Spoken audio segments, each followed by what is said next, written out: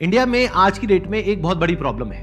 हो क्या रहा है, हर कोई एक जैसे करियर के पीछे भाग रहा है। जिससे पूछो क्या कर रहे हो, इस एंट्रेंस की तैयारी कर रहा। कोचिंग की एक बहुत बड़ी इंडस्ट्री है और वो हर टैक्टिक्स यूज करेंगे डायरेक्टली इनडायरेक्टली आपका और आपके पेरेंट्स का ब्रेन वॉश करने के लिए, जिससे कि वो हो सके जो वो चाहते हैं। तो जो वो चाहते हैं उसको पूरा करने के लिए आपको वो सपना दिखाना पड़ेगा जो आप चाहते हो या आपके पेरेंट्स चाहते हैं।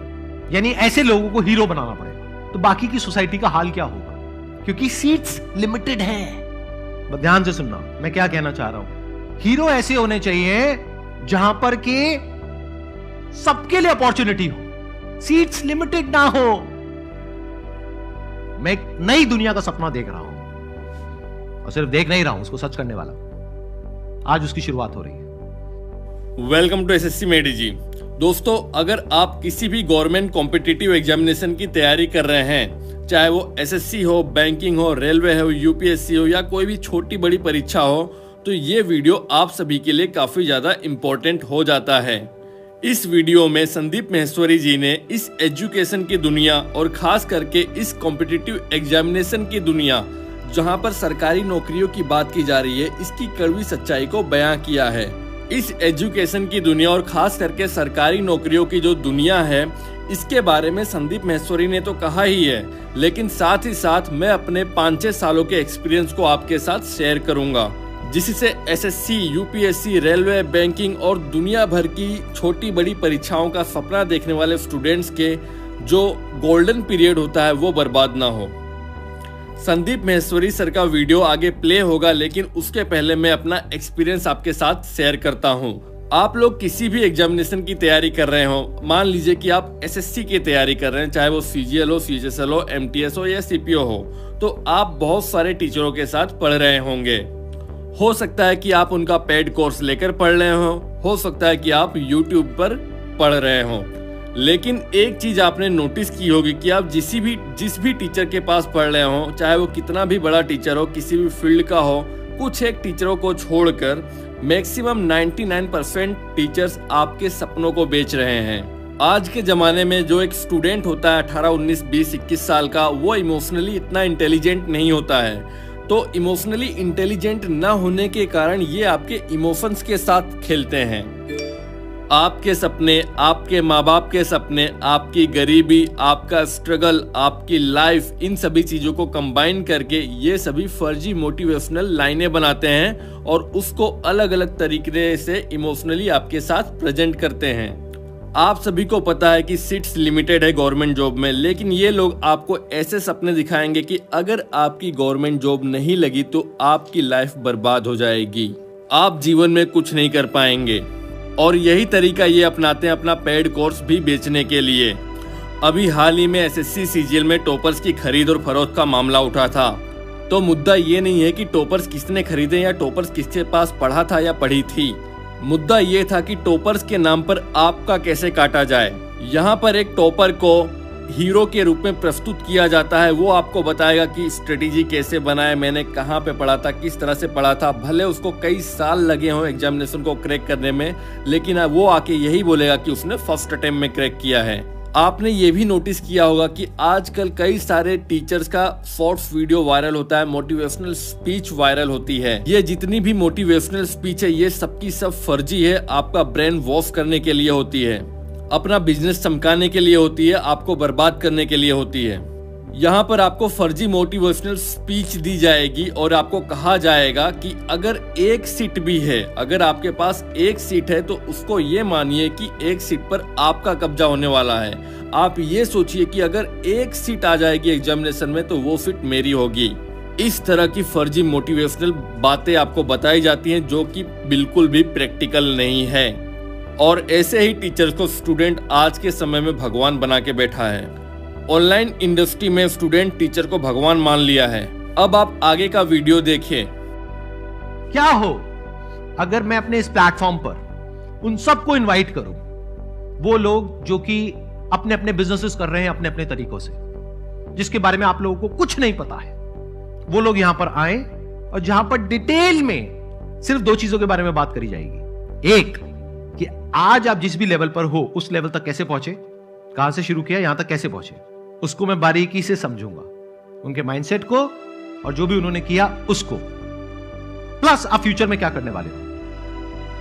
तो अगर आप एक एंटरप्रेन्योर हैं और आप यहां पर आना चाहते हैं, मेरे साथ में एक सेशन करना चाहते हैं और अपनी जो नॉलेज है, अपना जो एक्सपीरियंस है वो पूरी दुनिया के साथ में शेयर करना चाहते हैं, यानी कि इस मिशन में अपना कंट्रीब्यूशन देना चाहते हैं। मिशन क्या है? एक नई दुनिया बनाने का मिशन, हमारी कंट्री को एक नई डायरेक्शन देने का मिशन। जो कंट्री अभी कंपटीशन की तरफ भाग रही है उसको कंपटीशन से हटा करके इनोवेशन तक ले जाने का मिशन।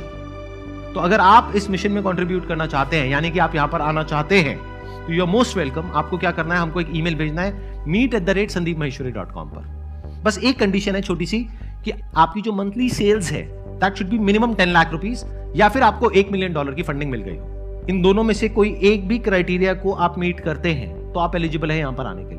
आप हमको ईमेल करिए और हमारी टीम आपको इनवाइट करेगी, आप यहां पर आओगे और हम डिटेल में डिस्कस करेंगे कि जो भी आपने अचीव किया वो कैसे किया और आगे आप क्या करने वाले हो। उसके अलावा मेरे भी माइंड में जो आइडियाज होंगे आपके बिजनेस से रिलेटेड, वो मैं भी शेयर करूंगा आपके साथ। हो सकता है उससे आपको कुछ बेनिफिट हो। So we will be doing that brainstorming session, not just for you और for me, but for the entire country, for the entire nation.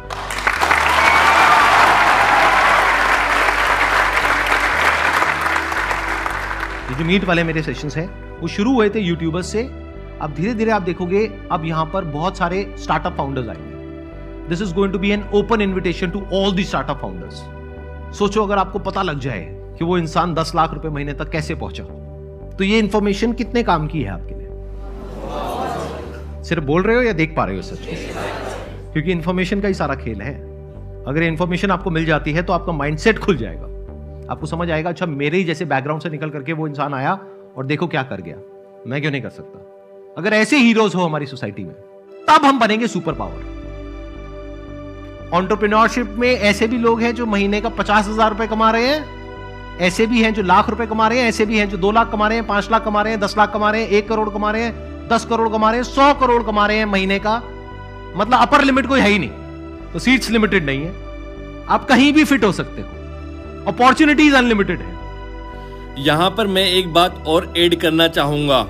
जैसा कि संदीप माहेश्वरी जी ने इस वीडियो में कहा कि बिजनेस में या कोई भी काम कर रहे हैं उसमें जो अपॉर्चुनिटी है, कोई 1 लाख रुपया महीना कमा रहा है, कोई 50,000 रुपया महीना कमा रहा है, कोई 5 लाख रुपया कमा रहा है महीने का, कोई 10 लाख या कोई करोड़ों कमा रहा है। लेकिन गवर्नमेंट कॉम्पिटिटिव एग्जामिनेशन में जो बच्चा है, जो गरीब है, जो समाज के निचले तबके से आ रहा है, उसके साथ खिलवाड़ ये किया जाता है कि उसको ये सपने दिखाए जाते हैं कि आप SSC MTS क्रैक कर सकते हैं और आप 30,000 रुपया महीना कमाएंगे। आप SSC CHSL क्रैक कर सकते हैं, जो कि MTS की सैलरी और कम होती है, CHSL की लगभग 26,000 इन हैंड आपकी आएगी। आप SSC GD क्रैक कर सकते हैं, आप ये कर सकते हैं, आप वो कर सकते हैं, आप ठान लीजिए आप कुछ भी कर सकते हैं। लेकिन रियलिटी ये है कि अगर आप अपने आसपास देखेंगे तो इतना जो पैसा है 20,000, 30,000, 40,000, ये आप किसी भी काम को करके कमा सकते हैं। इसके लिए आपको SSC GD, SSC MTS, SSC CHSL crack करने की कोई जरूरत नहीं है। आज के समय में IT फील्ड में इतना ज़्यादा स्कोप है कि आप 6 से 8 महीने में ही किसी भी एक बेसिक चीज़ को समझकर उसके मास्टर बन सकते हैं और आपकी सैलरी भी मिनिमम 20-25,000 से स्टार्ट होती है और कुछ 1-2 सालों में ही सैलरी में सीधा जंप होता है 2 गुना 3 गुना। और इस सारी प्रोसेस के दौरान आप बहुत ही ज़्यादा पॉजिटिव रहेंगे। लेकिन गवर्नमेंट जॉब की प्रिपरेशन के समय आप बहुत ज़्यादा पॉजिटिव नहीं रहते हैं। एक समय के बाद, एक समय जब आप बीत जाता है तो आप काफ़ी ज़्यादा फ्रस्ट्रेशन से होकर गुजर रहे होते हैं और उस समय आपकी अर्निंग भी जीरो होती है। सोशल प्रेशर, फैमिली का प्रेशर अलग होता है। और मान लीजिए कि अगर आप किसी भी कॉम्पिटिटिव एग्जामिनेशन को क्रैक करते हैं, चाहे वो CHSL हो या MTS हो, तो वो एक दिन में तो क्रैक होने वाली है नहीं। आपको उसके लिए पढ़ना होगा और सालों साल पढ़ना होगा।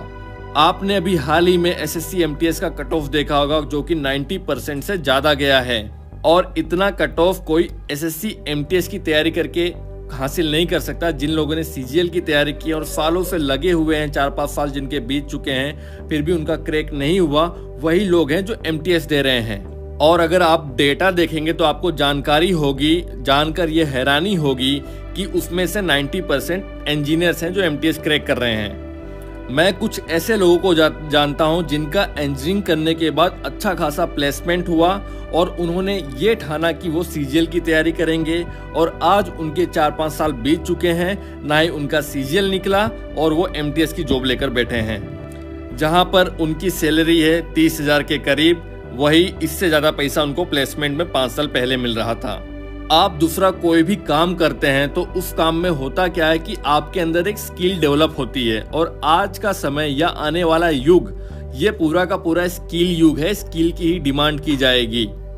लेकिन गवर्नमेंट कॉम्पिटिटिव एग्जामिनेशन की तैयारी के समय मैं ये मानता हूँ कि इस तैयारी करने में जो मेहनत है वो दुनिया के किसी भी काम से ज़्यादा मेहनत है, क्योंकि यहाँ पर आपको सैलरी भी नहीं मिलती, आपको दिन रात बिना किसी आशा के तैयारी करनी है।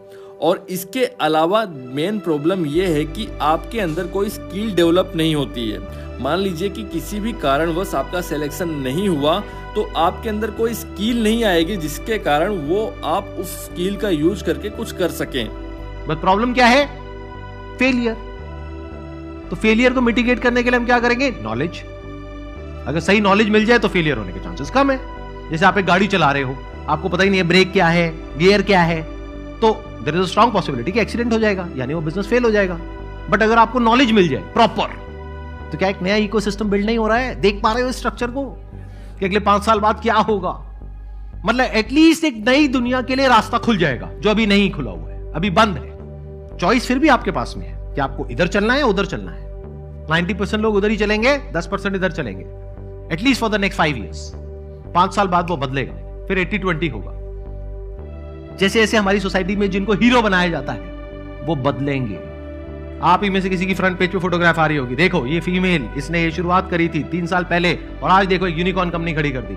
हीरो बदल रहे हैं ना, और उनकी स्टोरी भी आपको पता लगेगी, क्योंकि अंदर की कहानी किसी को पता नहीं होती है। लोगों के माइंड में क्या आता है? इसके लिए तो बहुत पैसा चाहिए होता है। सब बकवास। अभी जब वो कहानियां आएंगी ना सामने, तब देखना सच क्या है। जब पता लगेगा ना उन्होंने क्या किया, कैसे किया, तब दिमाग खुलना शुरू हो जाएगा।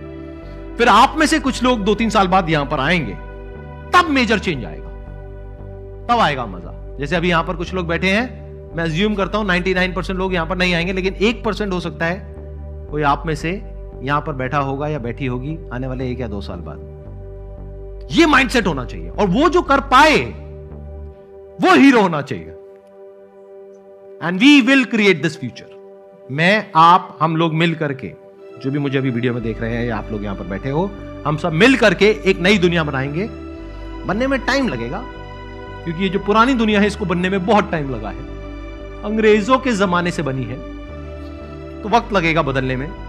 5 साल, 10 साल, 20 साल, कोई बात नहीं। मैं यही हूं, आप भी यही हो, बदलेंगे। और एक बात मैं आप सबसे और कहना चाहूंगा कि किसी भी टीचर को टारगेट करना मेरा लक्ष्य नहीं है, और ना ही मैंने किसी टीचर को टारगेट किया है या किसी की फोटो भी यूज की है थंबनेल में। कारण सिर्फ ये है, चाहे ये टीचर्स हों या कोई और भी टीचर्स आने वाले फ्यूचर में आएंगे तो वो सेम तरीका अपनाएंगे, क्योंकि इट्स ऑल अबाउट बिजनेस। इस कॉम्पिटिटिव मार्केट में, टीचर्स के कॉम्पिटिटिव मार्केट्स में, अगर एक टीचर कोई बिजनेस स्ट्रेटेजी अपनाता है कोर्स बेचने के लिए या कुछ भी करने के लिए, तो दूसरे टीचर को मार्केट में बने रहने के लिए उसको भी सेम स्ट्रेटेजी या कोई दूसरी स्ट्रेटेजी अपनानी पड़ती है। और अगर कोई ये टीचर सोचे कि भलाई के काम में वो स्ट्रेटेजीज नहीं अपनाएगा तो स्टूडेंट ही उसको मार्केट से बाहर कर देंगे, वो आउटडेटेड हो जाएगा। तो हमें यहाँ पर किसी भी टीचर को या किसी भी ऑर्गेनाइजेशन को चेंज करने की जरूरत नहीं है या उन्हें गाली देने की जरूरत नहीं है, बल्कि हमें जरूरत यह है कि हम खुद को चेंज करें, हम खुद का माइंडसेट बदलें। हम ये देखें कि दुनिया कहाँ जा रही है और हम कहाँ रह गए और हम कहाँ जा रहे हैं। क्या ऐसा तो नहीं कि कुछ साल पहले हम जहाँ थे आज भी वहीं रह गए, या हो सकता है कि आने वाले फ्यूचर में भी वहीं रह जाएं। इस पर आपको सोचने की जरूरत है। जय हिंद।